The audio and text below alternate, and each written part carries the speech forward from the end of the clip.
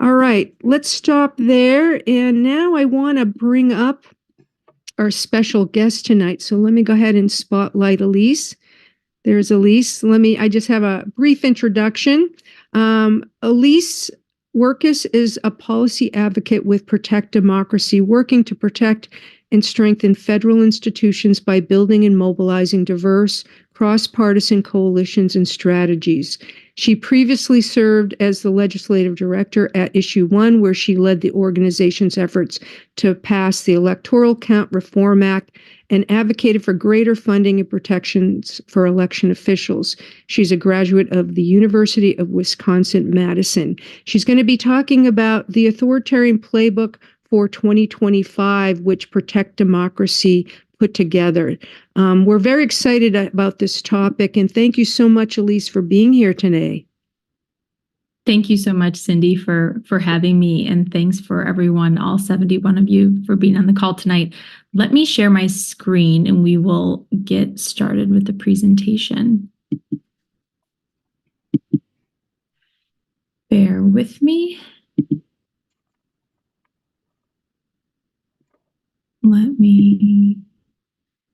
All right, can you give me a thumbs up if you're seeing it? Okay, sounds great. Well, thanks for being here tonight. Thank you for having me again, Cindy, and thank you for Linda as well for hosting this. I'm here to tell you a little bit more about Protect Democracy's latest report. It's called the Authoritarian Playbook for 2025. As background, Protect Democracy is a cross-partisan nonprofit organization, and we're focused on preventing the decline of American government into a more authoritarian form of government.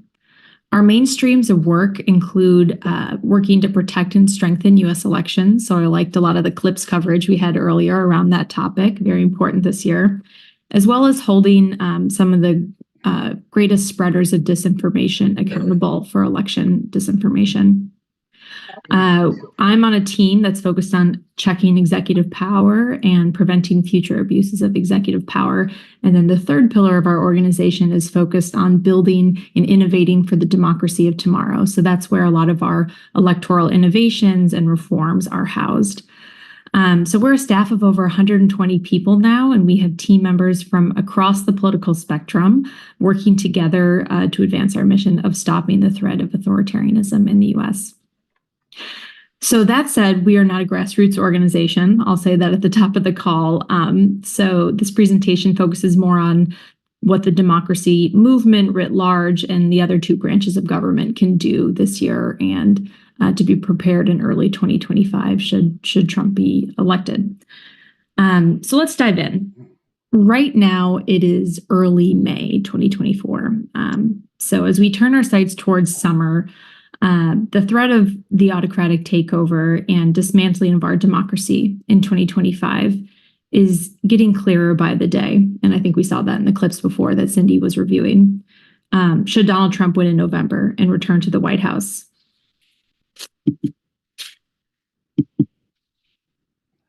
Let me give you a roadmap of what we'll share tonight before we jump in. First, we'll talk through what Trump and his allies have promised to do if elected to a second term, what levers of power they'll abuse, and how they plan to override the checks in our system. Next, we'll share how these plans will likely impact the movement and mobilization of organizations. So like I said, at Protect Democracy, we're democracy advocates who can offer more technical expertise on what to expect, but we're not necessarily experts on the organizing tactics on the ground like many of you might be. So when we get to the last part about how to prepare and looking forward, we will offer up some recommendations. And then we'll open up to discussion for questions at the end. We'll start with the promises of a second Trump term. At its heart, the Trump agenda for 2025 is about retribution. It's about punishing his perceived enemies and eviscerating any opposition to his power. What he's promising at a high level is to transform government to serve his own political and personal interests rather than the public. To do this, he will consolidate the power of the federal government in the presidency and co-opt any checks and balances in our system. At the same time, he will harness violent energy of his most extreme followers to participate in carrying out his agenda.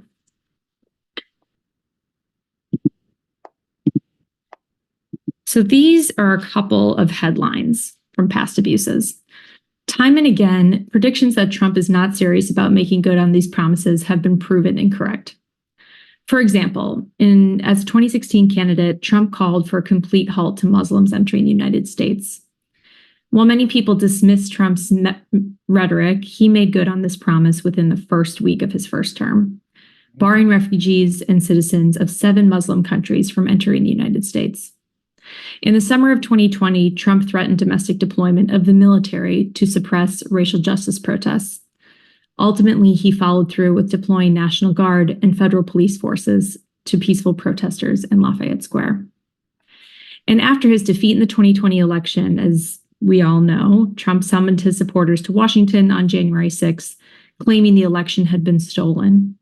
And he continued encouraging them, knowing that many of them were armed at the time, until they stormed the U.S. Capitol and attempted to interrupt the counting of electoral votes. And despite all this evidence of past abuses, there's many people in positions who are in positions to help Americans make sense of these current events. Those include politicians, pundits, and some members of the media who are yet again too readily dismissing, distorting, or denying the promises Donald Trump has made for his second term, arguing that the institutions will hold or drawing false equivalencies between Trump and President Biden. And even just last week, despite all the insults that had been hurled against him, his former Attorney General Bill Barr did decide to endorse the president again and said, actually, I think the regulations on gas top stoves are a greater threat to democracy than Donald Trump is. So just to give you kind of an example of the dismissal that's going on. So we took it upon ourselves to really dig into the promises being made by Trump, by the Trump campaign, and the think tank ecosystem that is buttressing it. This includes thousands of pages that have been published by organizations like the Heritage Foundation. What is clear to us is not only Trump is prepared to again make good on his threats, but that he and his allies are building the authoritarian infrastructure every day. This includes personnel, policy, roadmaps, and legal arguments to be much more effective at carrying out their agenda from day one. So what can we expect? We took it upon, from our analysis of the promises coming out of the Trump campaign and its organizational supporters, we zeroed in on these 6 main threats seen here, and we'll dig into those in this presentation. We focus on these 6 because they will undermine the very pillars of our institutions and our democracy that we depend on to secure our freedoms, and because they're most prominently featured in Trump's promises on the campaign trail. We will go through those now. The first threat we identified in Trump's plans is to abuse the pardon power, to license both his own law-breaking and law-breaking from his supporters. These types of pardons that Trump plans to grant serve a specific and autocratic purpose: to reward criminality, benefit Trump's self-interests, and license future law-breaking by his supporters. Trump has been very explicit about this. He's recently reiterated his promise to, quote, free the January 6 hostages on day 1 from his next term. We know that he is serious because he's done this before. In his first term, he issued pardons for people like Michael Flynn and Paul Manafort for obstructing the Mueller investigation. Abuse of the pardon power will allow Trump to encourage allies and supporters to engage in illegal or violent activities while knowing that they will not face consequences, creating a dangerous political environment and undermining faith in institutions. Now, contrary to common narratives, the pardon power is not unlimited, but those constraints require Congress and a judiciary that is willing to act to check the executive branch. And in a second Trump term, there's a good reason to question whether either of those institutions will be willing to play that role in checking the pardon power. The second threat we focus on in the report is two-pronged, and it's central to Trump's retribution agenda. It seeks to eliminate those who seek to oppose or check his power. Trump already has a list of targets for the Justice Department to investigate. They include Liz Cheney, who sought to create accountability for his role in January 6th, Joe Biden, who Trump claims stole the election from him, and members of Trump's first administration, people like John Kelly and Mark Milley, people who facilitated Trump in many ways, but in extreme moments also held him back from things like invoking the Insurrection Act to quash protests and overturning the 2020 election. Those people will not be around in a second term. Trump will target them by destroying the post-Watergate norms that have ensured that the DOJ is separate and independent from the White House. He will fill the DOJ with loyalists, break down barriers that limit White House control over the DOJ, and then direct the DOJ on who to investigate. Even just a few political investigations will create a chilling effect on other individuals or institutions who will provide accountability through fear of retaliation. The third prong is regulatory retaliation. One of the main reasons the second Trump term will be so much more dangerous than the first is because he and his allies are planning a transformation of government power towards serving his interests and not that of the public.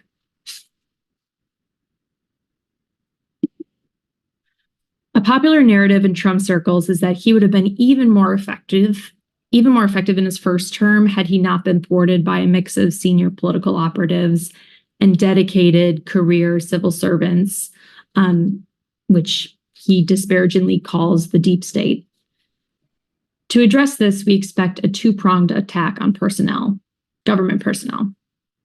First, Trump has promised to reissue his Schedule F executive order on day one. This will allow him to purge tens or even hundreds of thousands of members of the civil service based on ideology or perceived loyalty to the president. And this is a process that the Heritage Foundation Project 2025 is already starting to find out who those loyalists are and interview those people for these positions.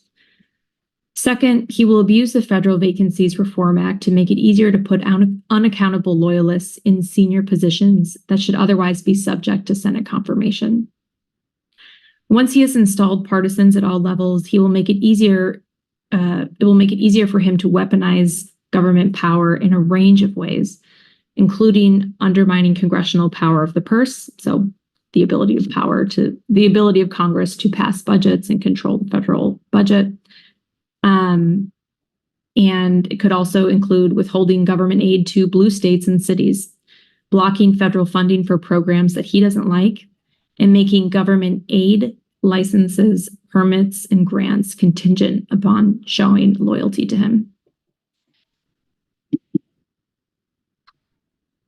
The fourth and the fifth threat have to do with advancing Trump's agenda by governance by force. He plans to create an expansive militarized police force accountable only to him, using federal law enforcement and the military. He first plans to consolidate resources under his control at the Department of Homeland Security, because this agency is most suitable to his agenda, and because of its sheer size, its often vague mission, and vast enforcement territory and authorities. It also can appeal to people with more extreme views. He will create this police force mainly in the context of immigration enforcement.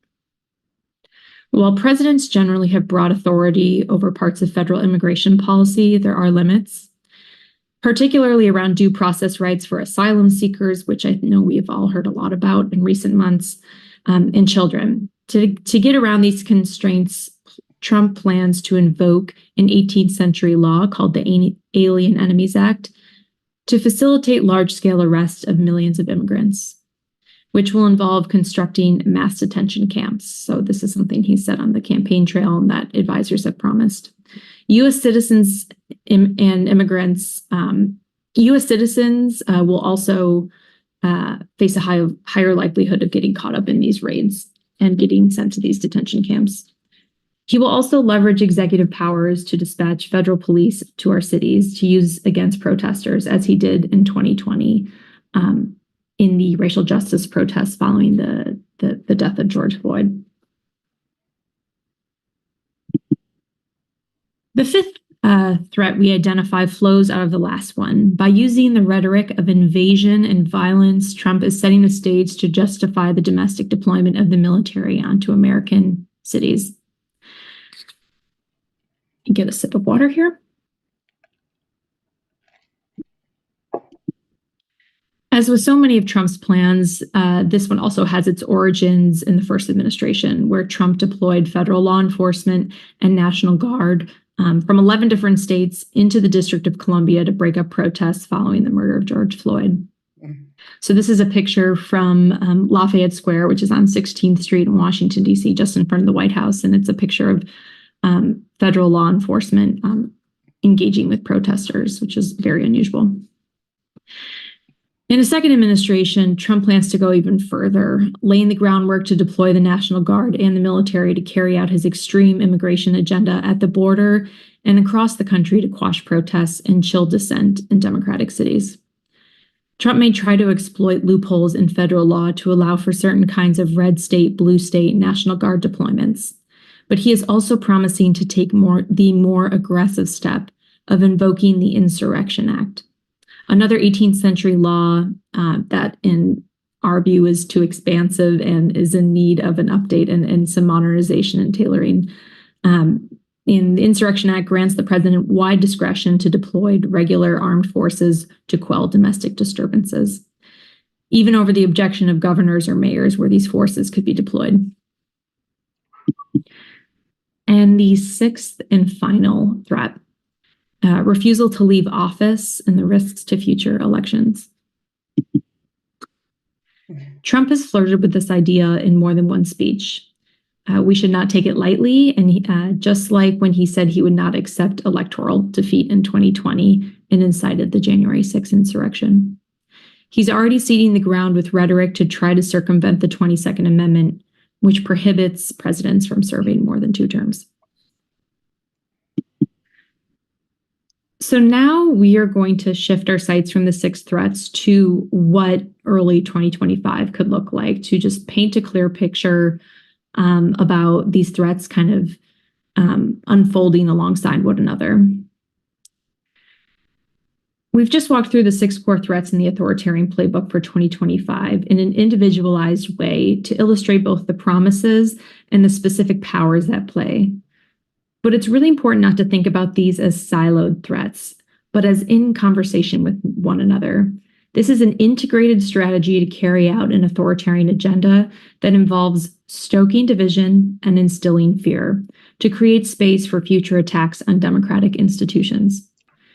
To play this out, we're going to walk through how the first 100 days could look when many of these threats will be unleashed in tandem. Let me click through these. Here's what we might expect. Starting in January 2025, Trump will pardon the January 6th insurrectionists and hold them up as patriots. This will allow him to easily summon his most extreme followers to do his bidding with foreseeable lawlessness and violence, whether that's to engage in counter-protests or to augment law enforcement at the southern border. Trump will flip the script then, and protesters opposing Trump's extreme agenda will be deemed seditionists and insurrectionists. Fault lines among grassroots actors could emerge around strategy, specific tactics, and resources. When protests meet counter-protest, escalations will occur. Trump will use this as justification for deploying federal law enforcement and invoking the Insurrection Act to deploy the military to crack down on protesters. Over time, an environment of fear will take hold and protests may slow or stop altogether. Trump will deploy the Department of Homeland Security police forces that we talked about earlier on in the presentation to begin immigration raids and mass deportations, calling any sanctuary city an anarchist jurisdiction, and then using this narrative to justify infusions of federal law enforcement in these cities. He'll deploy Red State National Guard units to augment DHS forces at the border and the interior. These National Guardsmen will help set up mass detention camps. This will also be a point where the military is politicized, which is not what we do in the United States of America. He'll issue a Schedule F style order that results in mass firing of 50,000 plus federal workers who will leave without expressing dissent out of fear of retaliation or even safety for their families. Federal agencies will then be run by his loyalists. He'll order the IRS and the FBI to investigate numerous nonprofit advocacy orgs and individuals who have sued or publicly criticized him in the past. This will cause the civic space to close as organizations can no longer feel safe to communicate publicly or in coordination with one another. Further, the press will be unable to uphold its role as the fourth estate, instead fighting against broadcast license revocations, antitrust laws, and frivolous libel lawsuits from Trump allies. Trump could slash federal funding to schools and public universities that teach critical race theory.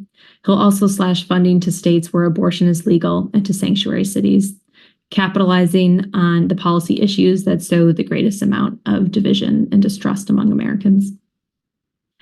He'll direct his DOJ to open civil rights investigations of schools and businesses with DEI programs. Most universities, schools, and businesses, as a result, will close down their DEI programs. He'll direct his DOJ to prosecute Joe Biden, Mike Pence, Liz Cheney, and Robert Mueller, and dozens more who have opposed him in the past or sought to hold him accountable. These former officials will be silenced, causing a deep chilling effect among people who are in a position of power to curb his abuse. Of course, lawsuits will be filed to challenge all of these actions, but those take time and at best mitigate harm retrospectively. Over time, the courts will be populated by more and more Trump allies. And with Trump in charge of the U.S. Marshal Service, which is a part of the Department of Justice that's in charge of protections for federal judges, federal courthouses, federal witnesses, no judge who rules against his administration can count on their own fiscal protection.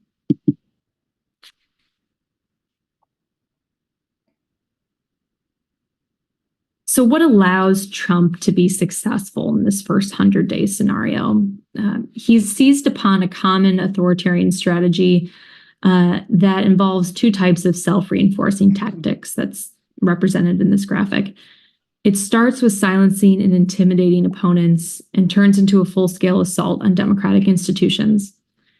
This is the self-reinforcing cycle in the authoritarian strategy. So here are a couple recent headlines to give examples of the self-reinforcing dynamic. A few weeks ago, the New York Times reported that a philanthropic foundation, a very large and well-known philanthropic foundation, was going to give Liz Cheney an award for defending the Constitution and for her role on the January 6th committee. But they decided not to out of fear that a future Trump administration would revoke the foundation's 501c3 nonprofit status. This is what we call anticipatory acquiescence, or anticipatory obedience, as historian Timothy Snyder puts it. By the way, you should all read his book on tyranny. Very good.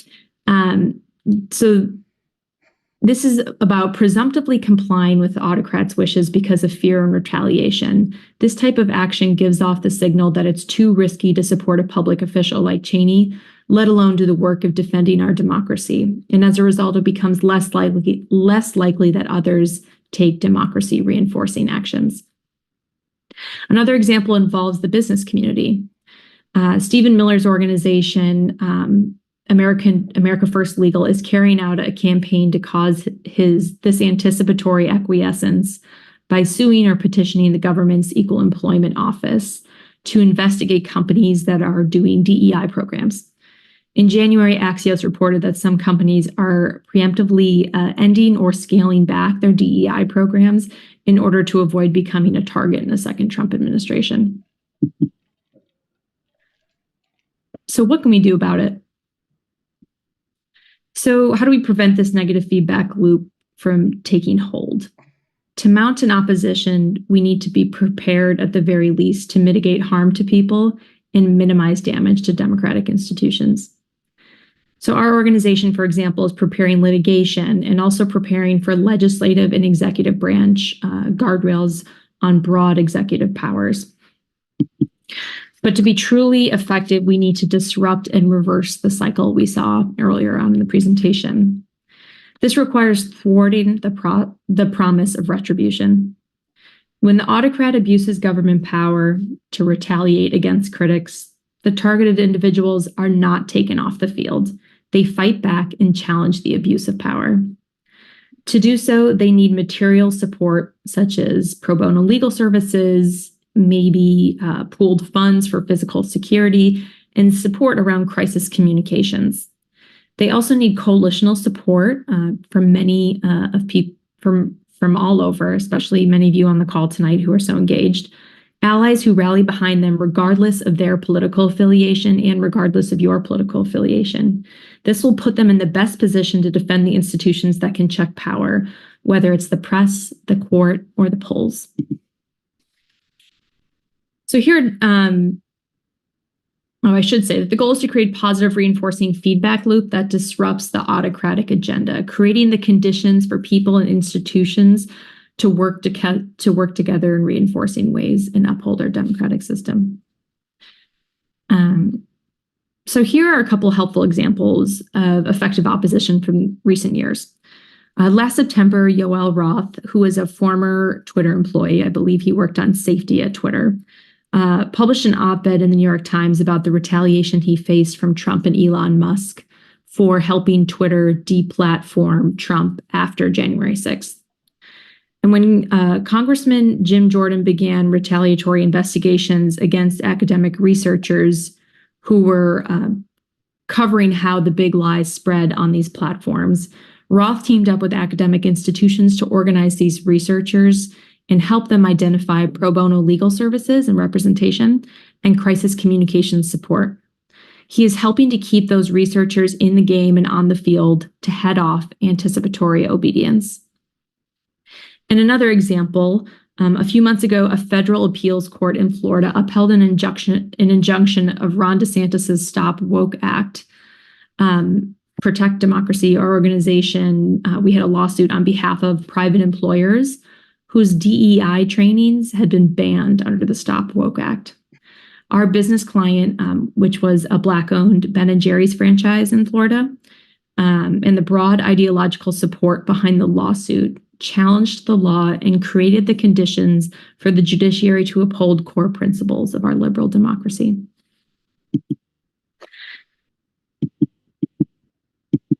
So what does effective opposition look like in the first 100 days?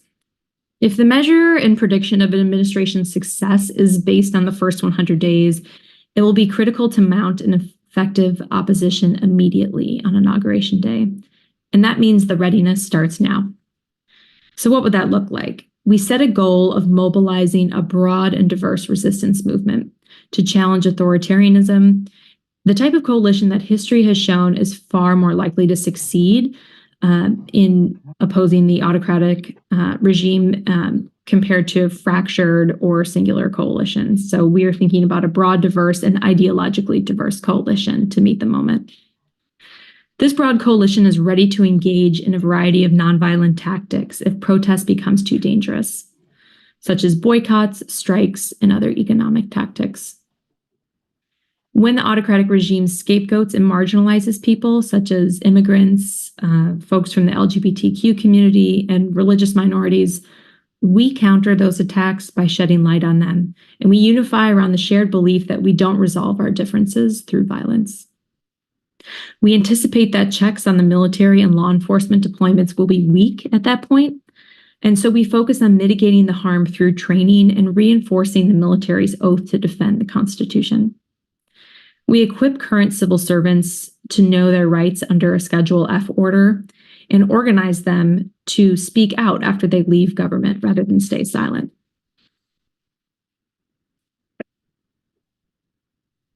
Organizations that may be targets of weaponized investigation should take time now to assess their own physical and cybersecurity profiles and any vulnerabilities in our current systems. This preparation will help us stay in the game if we do become targets ourselves. Just as we keep public servants on the field who stand up for democracy, we need to do the same for federal judges, as they may come under increasing personal threat.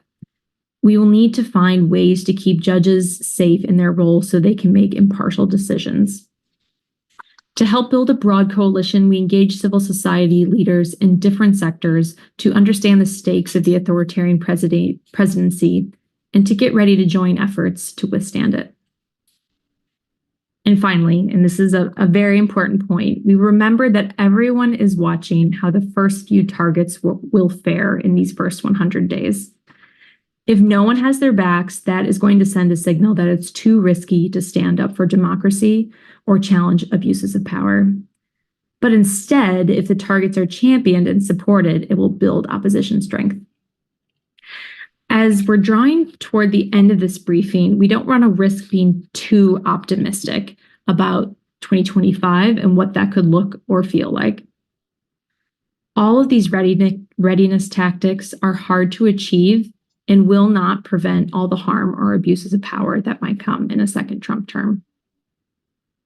The goal of this strategy has to be to get to 2028, even with our democracy tattered, but intact enough that we have a meaningful chance of voting the autocrat out of office. It will take all of us, and the earlier we start, the better. So I want to thank you for your time tonight. I know this is a very dense deck that we presented, but I really appreciate your time and attention to all these issues, not just the ones that were covered in the deck, but everything that this group is covering, thanks to Cindy. So with that, I will stop sharing my screen. I will put a link to the Authoritarian Playbook full report in the chat, and we can move on to a brief discussion and questions. Great. I just put a link to the report in the chat along with Protect Democracy's website. So thank you so much, Elise.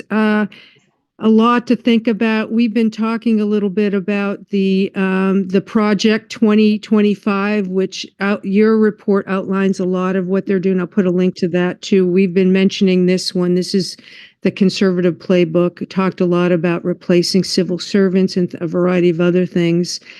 So let's go ahead and take some questions. You can go ahead and raise your hand or put your question in the chat if you prefer to do it that way.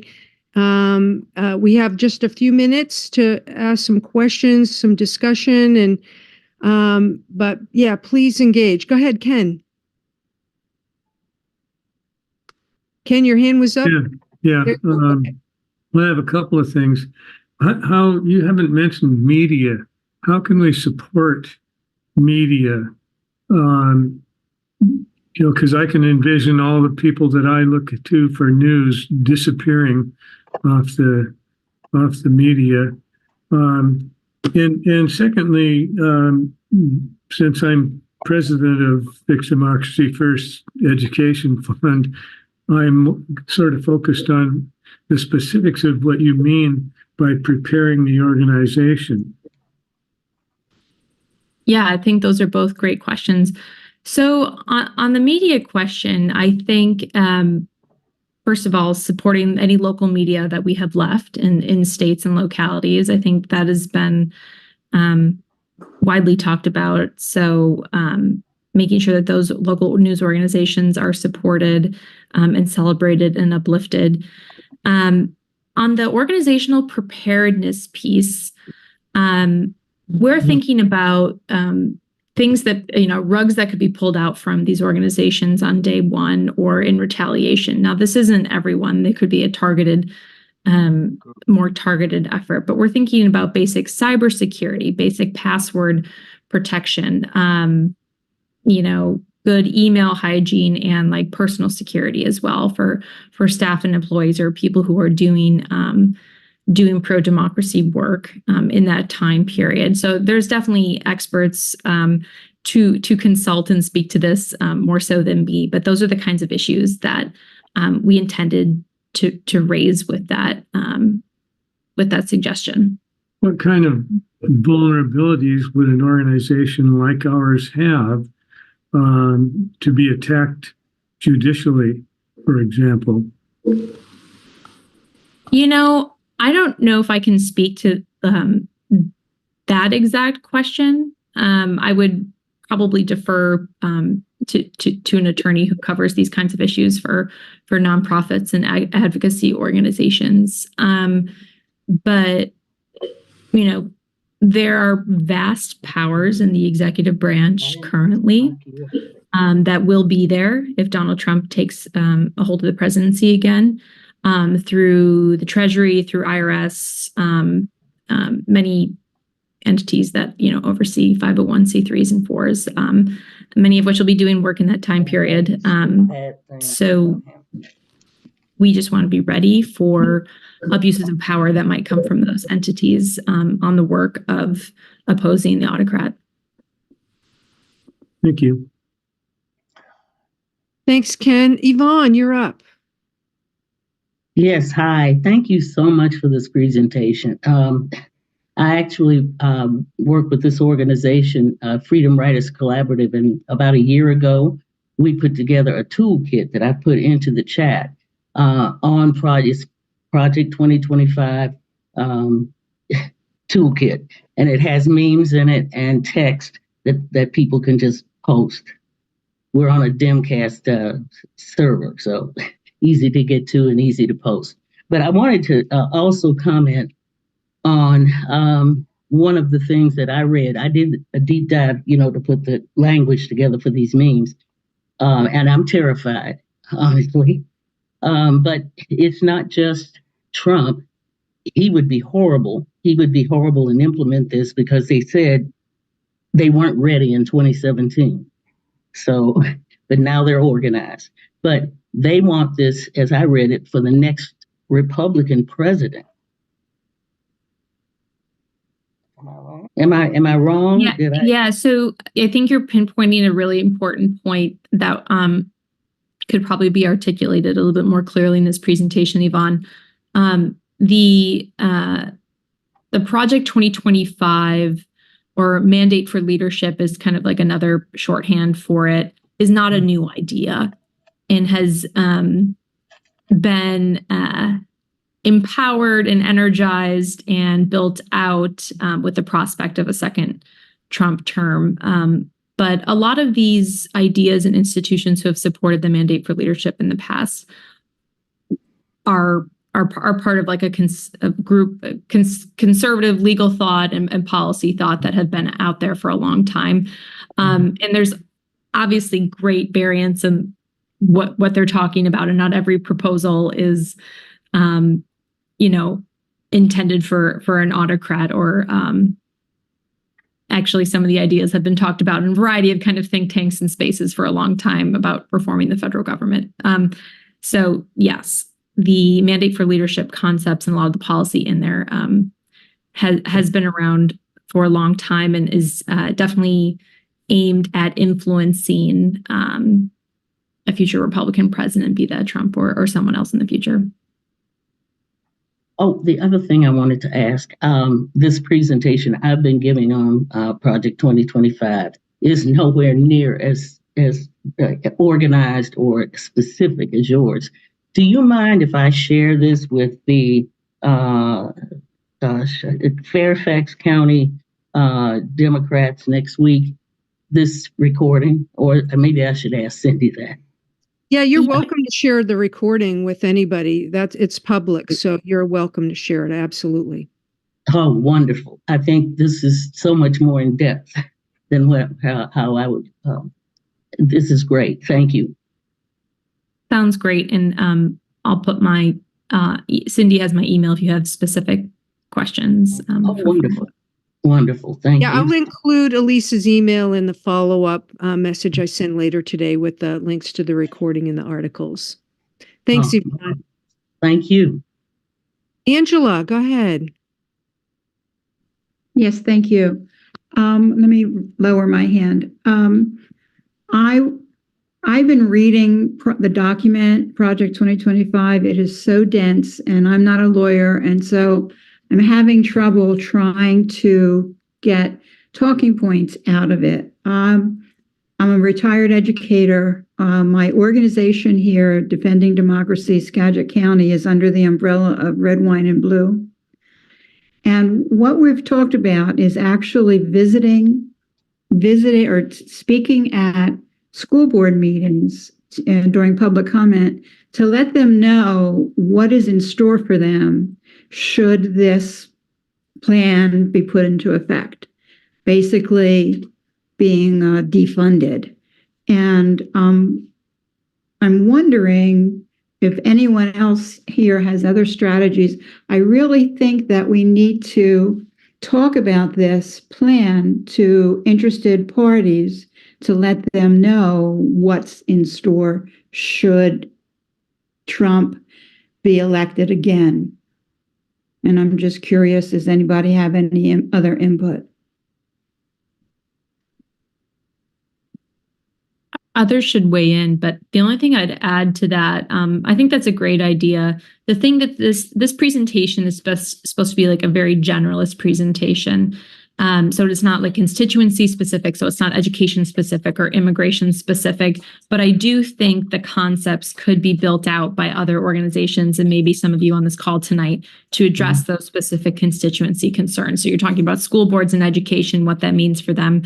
Yes. I think those threats and those specific ideas could be built out. I don't expect the school board to take action as a board, but I do want to educate the members as to what's in store. And an educated electorate is what we need. And it might be a good idea to talk to board members individually. You might have a bigger impact if you can connect one-on-one with some of elected officials. Just an idea. Others may have other ideas they can share in the chat too. Before I call on the next two hands, I just want to mention last week we had a presentation around developing local democracy hubs. And you really outlined that, Elise, in your presentation, how it's important to build coalition and to work together and network with groups that maybe not necessarily have worked together before to come together. And that's what we're developing here, a local Washington Democracy Hub. And we're working on with the national group called Intersections Impact Project, similar to that. So there is some work being done around that. So I was glad to see that is in there because I think that's a really important piece to try to combat what's going to happen or could happen. We got a couple hands up. Norm, I saw your hand up and then go down. I was going to call on you first because you didn't have a chance yet. Are you still want to ask something or mention something? Yeah, as you mentioned, Elise, earlier, the background for this situation is of long duration. It in fact started probably before that July day in 1776 when some folks signed Declaration of Independence, et cetera, et cetera. But and I think it's also important to realize that while I don't want to take away from the urgency of this situation, that we have an authoritarian streak within the Democratic Party, as witnessed by what the Nevada Reid machine did a couple years ago, 4 years ago. And a classic example is what is currently happening with regard to a Texas legislator, Henry Cuellar, and what the Democratic Party leadership did to support a corrupt member of Congress as opposed to a qualified and good alternative. And my point is just that authoritarianism in all its forms is a real hassle. And it's something we need to be aware of and be prepared to deal with. Fortunately, most often it doesn't rise to the extreme that we're currently facing with Donald Trump. Yeah. Pass. No. Thanks, Norm. Oh, I'm sorry. I don't know if you have a response to that, or we can just call on Ken. Did you have anything you wanted to respond to, Norm? Yeah, I'll just say, so this isn't our first version of this report. This is a 2.0 version of an authoritarian playbook that we put out earlier on in the organization before I had joined. And I just want to list out the original authoritarian playbook and what those kind of characteristics were that we looked for and how we evaluated this moment that we're in. It includes scapegoating vulnerable communities, corrupting elections, stoking violence, politicizing independent institutions, spreading disinformation, aggrandizing executive power, and quashing dissent. And that is kind of how we've evaluated and studied authoritarianism abroad and globally, to assess and understand and contextualize what's happening here. So that's kind of the lens in which we've viewed these threats and evaluated them. So I just wanted to share that. Thanks, Elise. Ken and then Dwight, and I think we're going to wrap it up after that. Go ahead, Ken.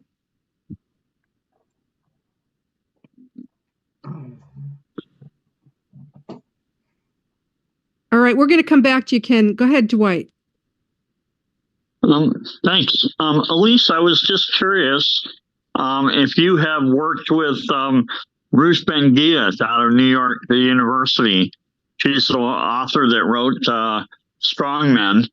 And she, of course, has been a historian of fascism and authoritarianism for all of her career. And I was just curious if you've had any consultations with her or see any potential, because she's very identified all of the fascist characteristics in our society and compared them to the fascism 100 years ago. And there's a lot of similarity. Rachel Maddow's book Prequel is a very similar assessment of comparison of now versus then. And so I was just curious if you've reached out to other groups. Your group is doing great work, and I'm just wondering if that connection has been made at all, or if you're. Certainly, I appreciate the coalition building nature of the question too. We need a lot of that. I don't personally know Ruth Ben-Ghiat, but I know she works in consultation. We've benefited a lot from her expertise as an organization. So I know a lot of my colleagues have worked and engaged with her and her vast knowledge in the past. I recently listened to her on a podcast, and she has called a lot of this arc of Donald Trump. She called it a lot earlier than a lot of other people did, based on historical examples. So certainly value her raising her voice and all the expertise that she's given to us. So and just so you know, her group that you can join, anybody can sit in on, is Lucid, LUCID, and being awake, aware, being lucid, and it's for everybody. I would highly suggest that we possibly have a look at it and join in, because she covers a lot of that on a weekly basis. So I like connecting with other groups. I think it's critical, because the right has been doing it for 40 years or more. And they're really good at it, and they've gotten ahead of everybody that considers themselves either to the center left or the left. So, anyway, enough for me. Thanks, Dwight. Appreciate that. Ken, all right, you're going to have the last question, comment. Yeah, I just wondered if your document covers the contingency of what if Trump loses. Because I don't see that as necessarily being the end of problems. Even if we voted him out in an undeniable landslide, the guy can deny things that are right in front of people's faces. So he has no problem denying that. The one thing we know for sure is he will declare himself winner one way or another in November. That's a certainty. Yeah. I think you're 100% correct. We're very clear-eyed that things will not immediately improve if he does not win this election. And we have a Right. variety of like programs and work streams around not only just stopping the bleeding that we're seeing right now, improving the information spaces about how people are understanding and how bad information is being amplified, but also reimagining a political system and a democracy that is more resilient and will hopefully prevent a future authoritarian from taking power again. So getting back to those core executive power questions, Congress has a lot of capacity to pass some legislation that would re-empower the first branch in checking executive power when presidents go too far. And the good thing is that a lot of those issues in Congress have very strong bipartisan support because both can understand situations where their party is not in power in the White House and someone makes a decision and they're uncomfortable when that comes to declaring national emergencies, when that comes to war powers, when that comes to spending and blocking funds that, Congress has appropriated. Both parties, I think, can really come together on a lot of those presidential abuses that we've seen from Democratic and Republican presidents in the past. So we're very clear-eyed that number one, there could be a very tense and potential for political violence if he loses, but in that period between Election Day and Inauguration Day, and we have a very wise and talented team thinking about those variety of post-election scenarios and what various institutions can do to reduce the chances for political violence. And just finally, you have a big organization. What'd you say, 120 or so staff people? Yes, I think it's slightly above that now. That's huge. How do you fund that? Who is funding it? We receive a variety of private and foundation dollars, so individual donors and private foundation donors from a variety of sources. So we are 501c3, and we also have an accompanying 501c4 called United to Protect Democracy. Great. And one last for our, Jim asked me to do one last pitch for our education fund, Give Big campaign. Thank you to everyone who donated. We're up to over $1,300, which is awesome. So thank you all so much. We are out of time. Kathleen, do you have a quick comment or question? Because we need to wrap it up. Yeah, it'll be quick. First of all, good evening, friends. Thank you, Cindy and Elise, for this presentation. It's very informative. I try to catch you as often as possible. I live in Olympia. I'm Quaker. I have there's quite a few of us that are working to get out the vote and also to make it clear that our democracy is in danger. I'm kind of a boots on the ground person, so here's what I do. I go out with a banner 6 feet by 2.5 feet. It's nonpartisan, but those who know me know what it means. And I'm going to be appearing around various corners with that over the next several weeks, months. And I just think it's very important that those of us who have strong opinions about this do what we can to talk to our neighbors and to make it clear where we stand, and that at least may be of some help. It's a very difficult time, and we're definitely under siege. So. That's my opinion, and I hope that nice. I'll hang in there with you guys and keep meeting and try to recruit a few more people. Excellent.